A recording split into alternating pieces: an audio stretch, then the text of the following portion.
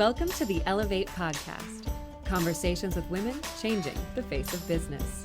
And now your hosts, Kristy, Wallace, and Maricella, Herrera.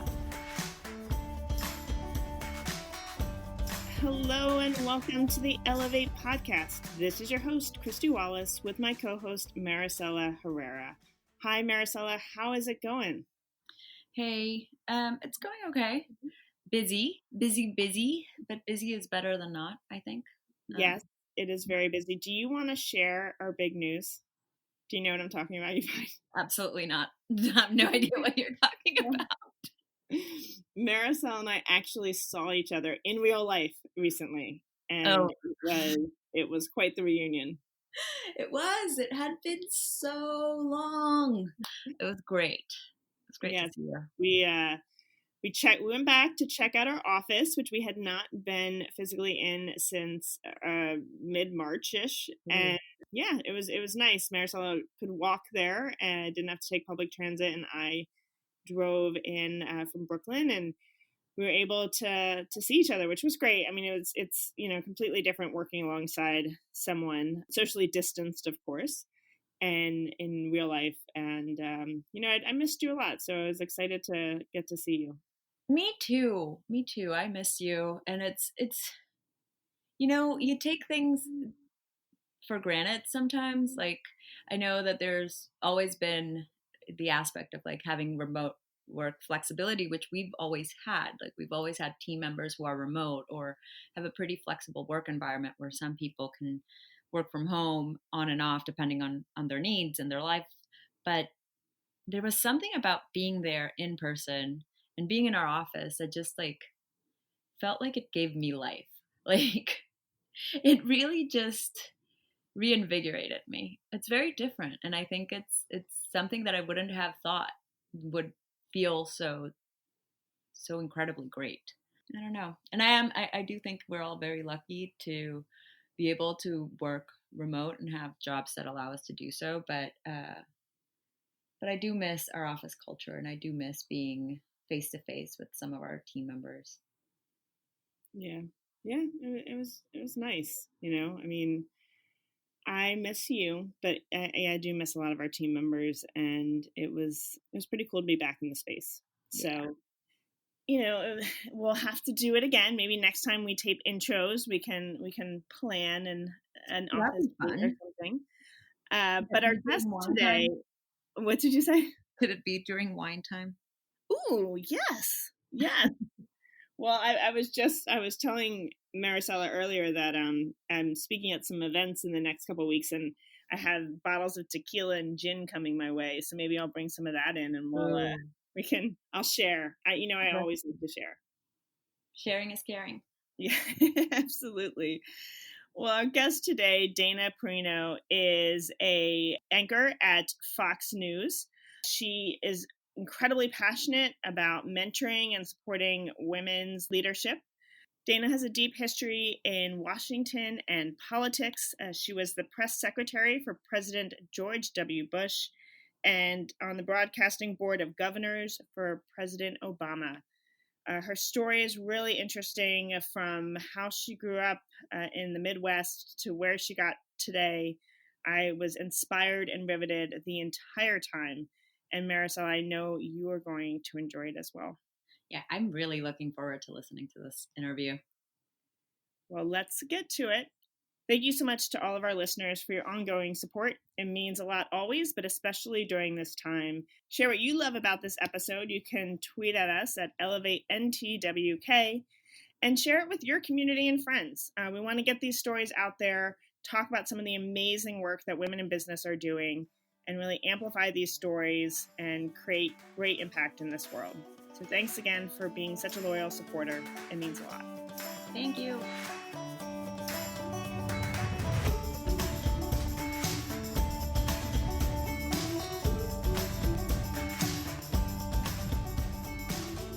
Dana, thank you so much for joining us today on the Ellevate podcast. I'm honored to be here. Your podcast is a really great contribution to what so many people are talking about today, which is, what am I doing? Am I doing the right thing? Is there something else for me to do? How do I do that? And just wanting to grow and stretch as we, continue this wonderful life journey that we all have the opportunity and the gift to have on this earth. Absolutely. Yes, yes, yes. I love our podcast. It's one of the best parts of my week is to have these conversations, and I've learned so much and continue to do so. Dana, if you wouldn't mind just sharing a little bit about your background and how you got to where you are today, I know our audience would love to hear your story. Sure. Thank you. So I was born in Wyoming. For those listening, I'm probably one of the first person you ever met, or one of the very few that you met who was born in Wyoming. I did go to school in Colorado. I had a mom and a dad who grew up on a ranch, and a mom who grew up with small business owners in Rawlins, Wyoming. My dad was from Newcastle, and Newcastle was about 80 miles west of Mount Rushmore. So I spent all of my my vacations, which of course were not really like what you think of vacations today, or that I even think of as vacations today. They were road trips to grandma's. And I just had, if I look back, nothing was perfect, but I had a really great childhood and a supportive, unconditional love type of environment, and a dad that was really into current events and news. We were a very heavy news consuming family. My dad, I remember, subscribed to all the magazines: Time Magazine, U.S. News and World Report, Newsweek, National Review, National Geographic. We got both the Rocky Mountain News and the Denver Post at our house. And then we watched the Sunday shows, 60 Minutes, and as many of the other newscasts that we can. And that's really how he and I bonded. And my interest in current events, politics, history, government was really rooted in that time. My grandfather served as a county commissioner up in Newcastle, Wyoming. So I got a little bit of a taste for public service from his point of view, a man that I very much revered. And of course, as the first grandchild, he and I were super close. And when I was in the third grade, my dad started a tradition where I had to read the Rocky Mountain News and Denver Post every night before he got home from work. And then I had to be prepared to discuss 2 articles before dinner. And I kind of laugh about it now, but even now, I just turned 48. I still read all the news and discuss things before dinner with my husband or my colleagues, and now with the nation for the last almost 9 years on the show called The Five on Fox News. And all day long, I work on the news, including as the anchor of the daily briefing.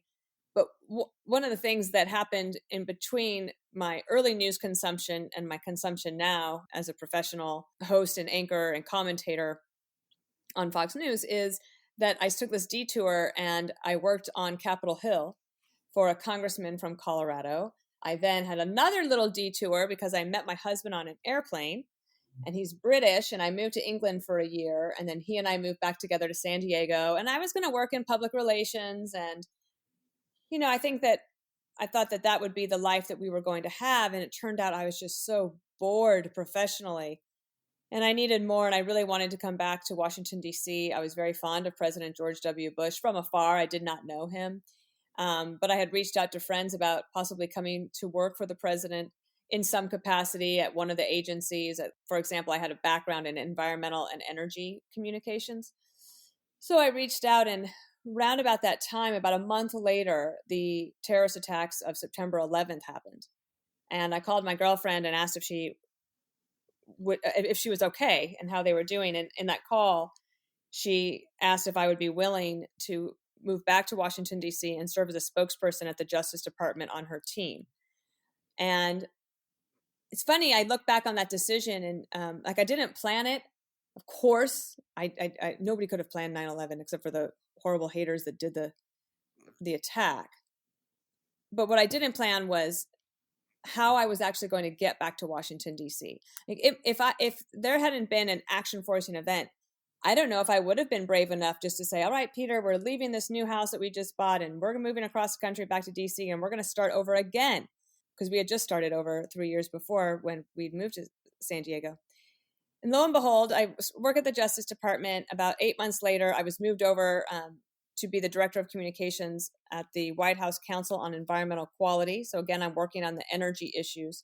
And from there, in the second term, I became the White House Press Secretary.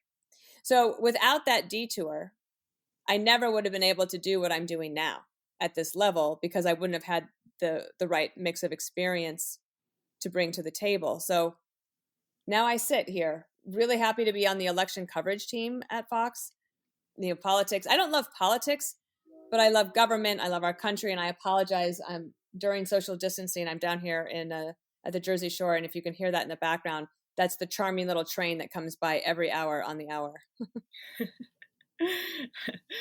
So I just, at listening to your story, I'm a visual person, and I kept thinking, and maybe I've never been to Wyoming, but how I think it might look is just these layers of, bedrock or layers of nature kind of, because as you're telling your story, it's like each relationship, each experience kind of led to this other level of depth within, who you are and what you are today, and how that manifests itself in your work. And so from the early days of, your grandfather and current events and reading the news and these family traditions, to, the winding meeting someone on a plane and having massive world events that then send your career in a different way. It's all of these little touch points that have kind of gotten you here. And never would you have known that, many, many years ago. But it's pretty powerful as you tell your story to think about the way in which your career and life has evolved to get you to this point. It is so remarkable. And in fact, a few years after I'd left or finished, I didn't leave the White House. I still stayed till the last day. But after a few years of reflection, I wrote a book called "And the Good News Is: Lessons and Advice from the Bright Side."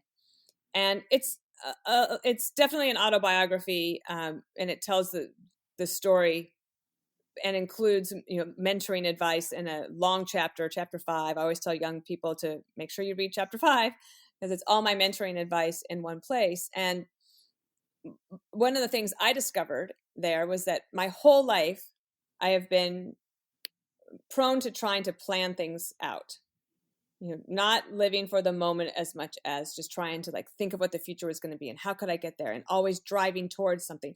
And when I took time to reflect, to write, as I wrote that book and looked back, I realized that all the major inflection points of my life where something big happened or changed the direction or added to my career were all chance. But now it wasn't that I was lucky. I don't think that. And I do think there's something about preparation. But I also think it's having your eyes and ears open at all times and building layers upon layers of your network. So people that you meet along the way, there are everybody that you meet can possibly be somebody who you'll learn from, who you'll maybe want to touch base with later on. In fact, I'll just give you a great example, if you don't mind. I went to dinner the other night for the first time during the coronavirus situation, for the first time in 3.5 months.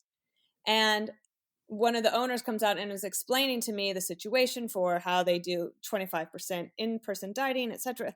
Well, that was on Friday night, and it was all very interesting. Well, it turns out that New Jersey is going to pull back and not allow for this 25% in-person dining at the time that they thought that they would. And I was able to call that restaurant manager and say, what's that like? What does that feel like for you? And I don't necessarily know him, right? But he remembered that I'd been in, and of course, because I take my dog, everybody knows my dog. Remember that we were there, and then it just enhanced my knowledge about it, so that I've never been a restaurant owner, so I can't speak from that perspective. But I was able to talk to somebody, or reach out to somebody I just happened to randomly talk to on a Friday night, and I try to do that at all points in my life. And then I try to be a good connector to people. Like I might say, oh, Kristy, I know who you should talk to. You've got to talk to this woman, Lydia Finette, because she's so amazing. She wrote this book, The Most Powerful Woman in the Room Is You. You got to talk to her because her story is amazing, etc. But I'm always trying to do that across the board because I'm a natural connector, but I also find that it comes back to help me as well. So Dana, a funny side story is that I'm involved with the Girl Scouts in New York City. Oh, I love the Girl Scouts. And the CEO, Meredith Mascara, who's been on the podcast before, is friends with Lydia. And she was just talking to me about her yesterday and was like, you have to know Lydia. So it's like all these little connections that are happening. Well, and actually the person who helped organize this interview from my workplace she helped me connect to Lydia Finette in the first place. It's So you see what I mean? And that's what I'm hoping that your listeners will see. My point is like, always be on the lookout for how you can connect people, because the more you do that, the more that circle comes back to benefit you over and over and over again. It's so true. So I'm really fascinated with your career change from being, speaking on behalf of others, to then really owning your voice. And it's something I think about all the time, when suddenly you're not, talking specific with a script or talking specific to an organization, but it's really your personal brand, your opinions, your thoughts. I mean, how was that shift for you, and how have you really come to own that, personal aspect of who you are and what you care about?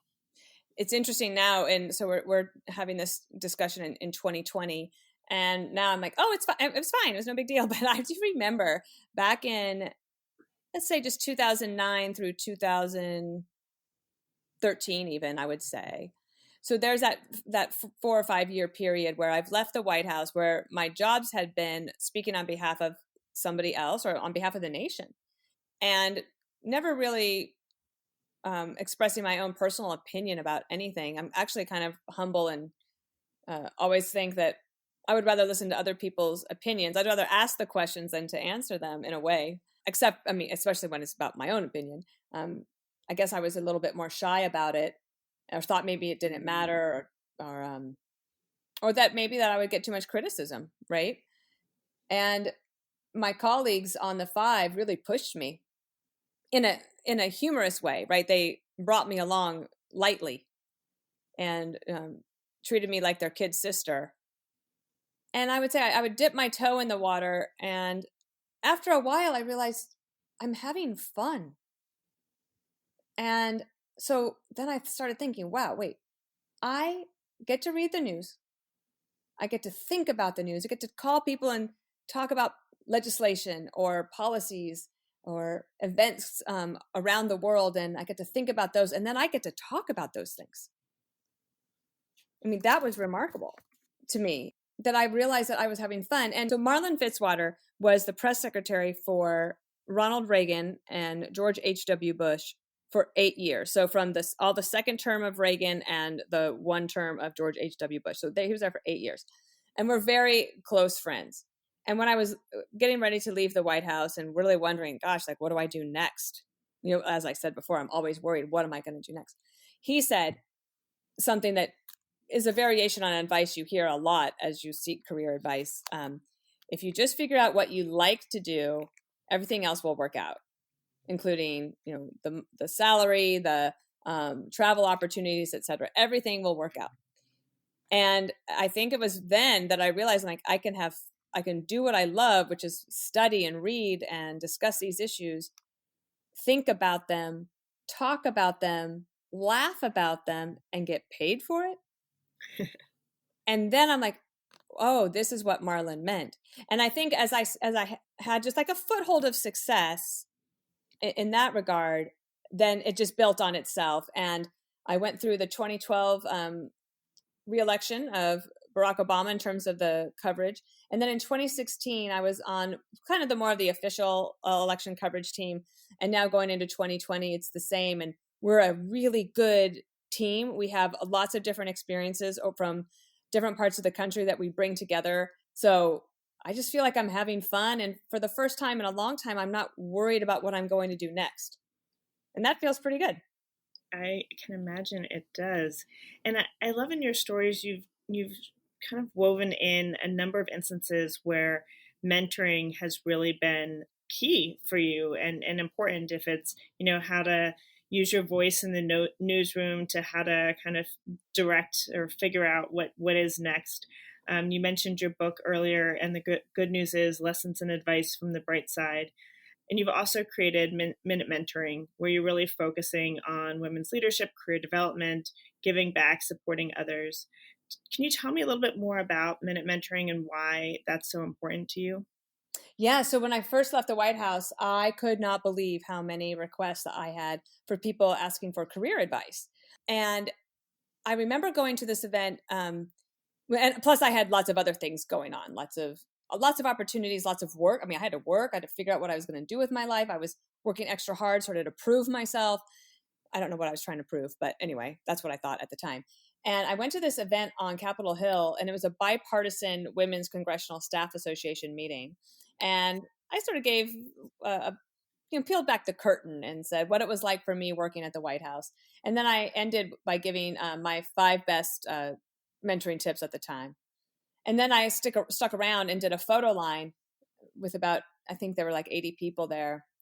And I would say maybe 70 of the 80 asked me if they could get together with me for a personal one-on-one coffee or lunch for more mentoring advice. And I thought, I don't have time for this. But I felt a real obligation to give back. And I actually really enjoy it as well. So I was walking back to my house with my girlfriend, Jamie Zweiback, who is a co-founder of Minute Mentoring. And I said, I wonder if we could ever do something like speed dating, but mentoring advice rather than dating advice with mentors, professional women, and these young people. Because what I find is that when you go to a mentoring event, almost the entire list of questions is just a variation on a theme, no matter where you go. And I don't have all the answers. But I felt like if you could get the best possible group of women together, and the mentees could ask the same questions to all of them and get their different perspectives, then that would be much more valuable for everybody. So we kicked it off in 2010, I believe, 2009. And it's been really wonderful. And something very interesting is that we've been having some difficulty trying to figure out how do we keep doing our events since Dana moved to New York. And obviously I don't have a lot of spare time. It's hard to do the events where you get all these different people all in one room at the same time. It's like 100 people. Plus, you couldn't scale it up. We don't have enough space or opportunity or resources, to have everybody in the same room. So we were limited to about 80 mentees per event. Well, then during the pandemic, we got a little creative, and everybody's gotten creative in their workplaces and nonprofits. So we've started doing some Instagram live interviews. But also, it looks to me like some of these technologies like the Zoom, but it's not just Zoom, but where you can have multiple people all on screen at the same time. This young woman that works for one of the other co-founders, Dee Martin, she's figured out how to do an actual Minute Mentoring event, but on Zoom. And my mind was totally blown because I thought, wow, now we'll be able to reach so many more people. So I continue to be encouraged and excited about Minute Mentoring. And I just dropped in on one the other day by Zoom. And at the end, I found myself in tears when I was talking to my husband about it. And it's not because I'm sad, but because I get so moved and excited and motivated by knowing that just a little bit of outreach to people to encourage them and to assure them that they're on the right track, that everything's going to be okay. It's just the most meaningful part of what I do in my life. Yeah, that resonates with me so much because it's, that human connection and that support and how we're able to, I think, really innovate during this time. Mm-hmm. I have a personal request, actually. It's not for mentoring, but I want the inside scoop. I watch the news every day, and I know everyone's doing it from remotely. How is that?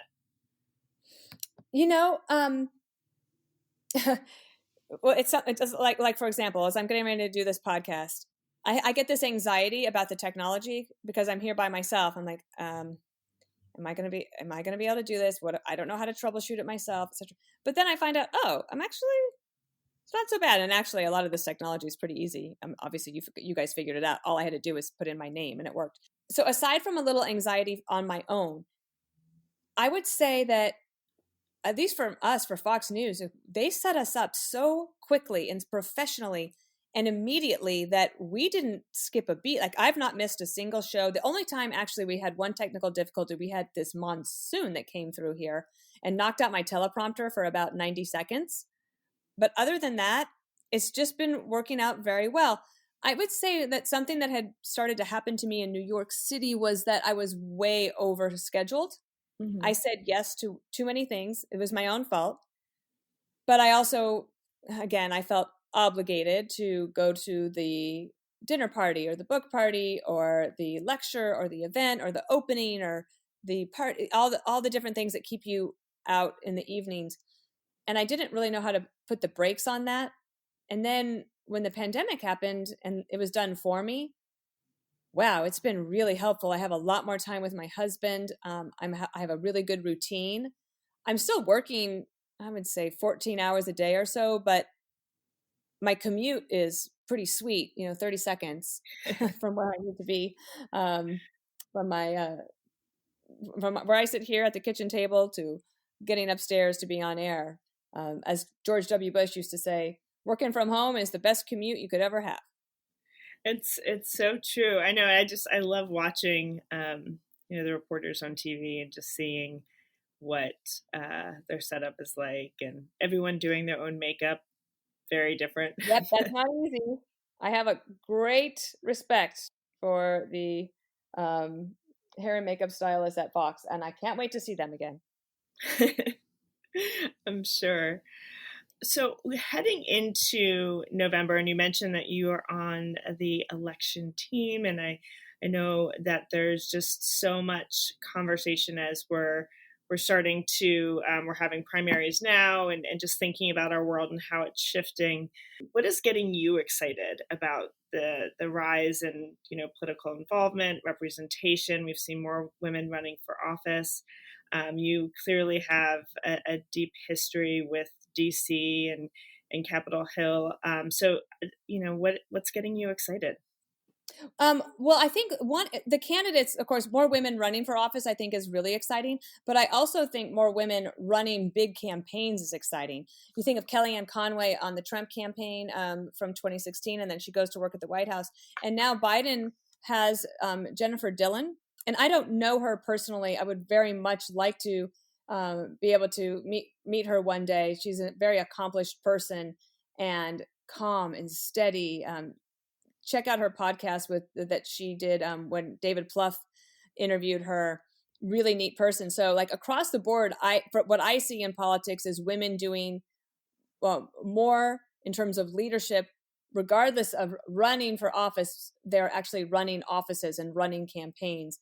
And I've always believed that, at least when it comes to public affairs, from my perspective, women can do pretty well pretty quickly. It's a little bit more balanced that way, I think, than corporate America. Certainly, if you look at corporate boards and that compared to congressional staff offices in terms of leadership, if you're a woman that really wants to succeed, it's a great field to go into. So I'm excited about that. Excellent. And I want to end with a little lightness, our lightning round, to get to know you a little bit better. So I'm going to ask you some questions and then just have you answer in a sentence or less. Are you introvert or extrovert? So I did a test, a little online quiz thing here, because I think that I've always thought that you needed to be an extrovert to be successful.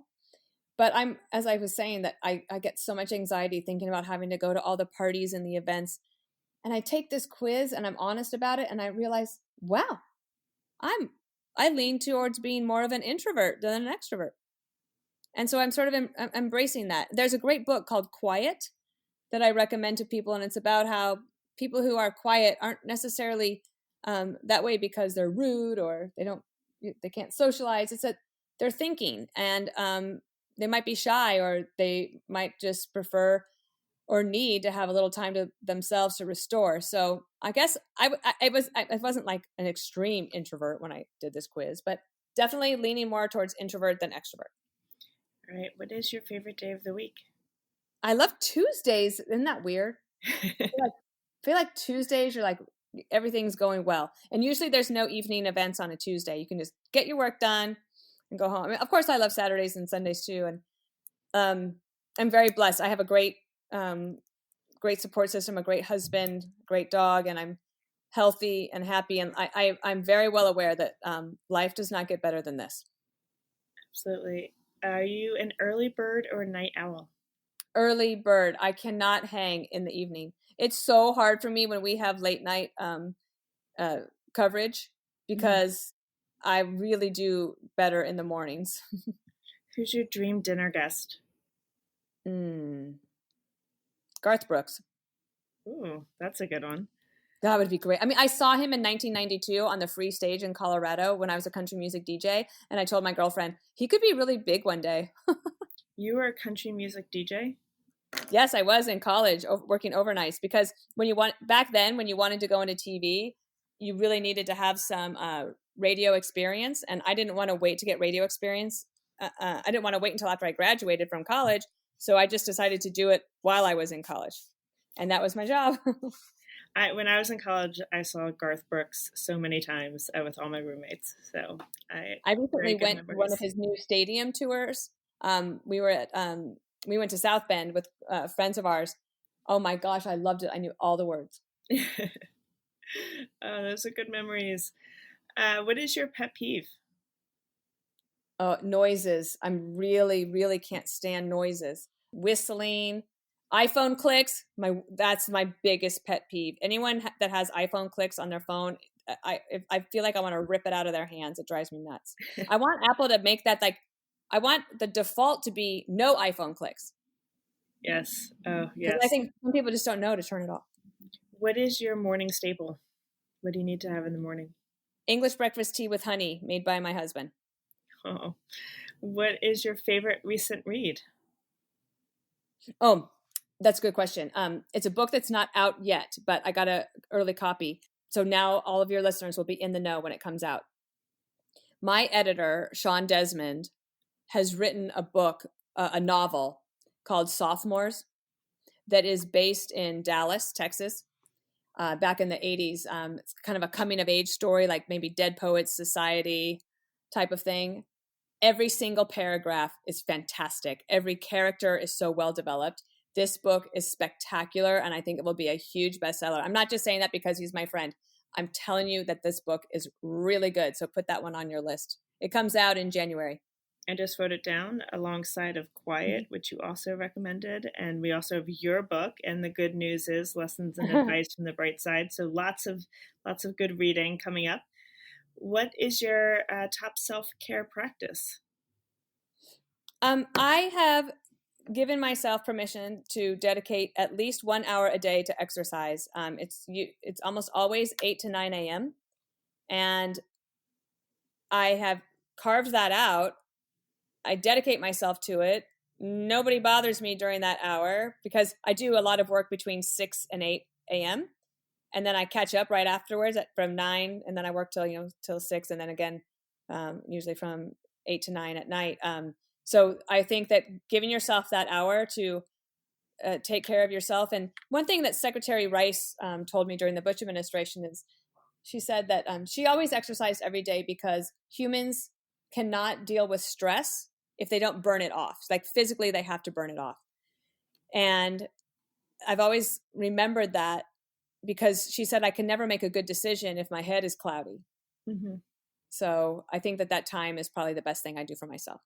Yeah, I love that. And finally, what's one last thought that you want to leave with our listeners? So this is a piece of advice that I give at Minute Mentoring, and I've mentioned him a few times, my husband, especially if you are wondering about personal life versus career or trying to make it all work, that I got advice when I met him, and I wasn't sure because he was so much older than me and he lived in England and he'd been married before. And I thought, oh my gosh, what is everyone going to think about me if I leave my career and I move to England? And did I mention he's 18 years older than me? And had a lot of anxiety about it. And this family friend said to me, do not give up on this opportunity to be loved. And my variation on that advice is that choosing to be loved is not a career limiting decision. And in fact, for me, I don't think that I would have been able to accomplish what I've been able to accomplish so far without his help and support. So it might be a little bit, this doesn't sound like career advice, but in a way it is. Well, everything, I mean, it's life advice, right? And life and career are all so intertwined. And I think that that's really powerful and important advice. I love it. Great. Well, thank you so much for joining us today on the Ellevate podcast. It was really a true joy to get to know you better and to have this conversation. And thank you for the important work you're doing to mentor others, to give back, to create new conversations, and to have your voice heard. Thank you. Thanks for having me. Thanks so much for listening to Ellevate. If you like what you hear, help a girl out. Subscribe to the Ellevate podcast on iTunes. Give us 5 stars and share your review. Also, don't forget to follow us on Twitter at EllevateNTWK, that's Ellevate Network, and become a member. You can learn all about membership and all the great things that Ellevate Network is doing at our website, www.ellevatenetwork.com. That's ELLEVATE network.com. And special thanks to our producer, Catherine Heller. She rocks. And to our voiceover artist, Rachel Griesinger. Thanks so much, and join us next week.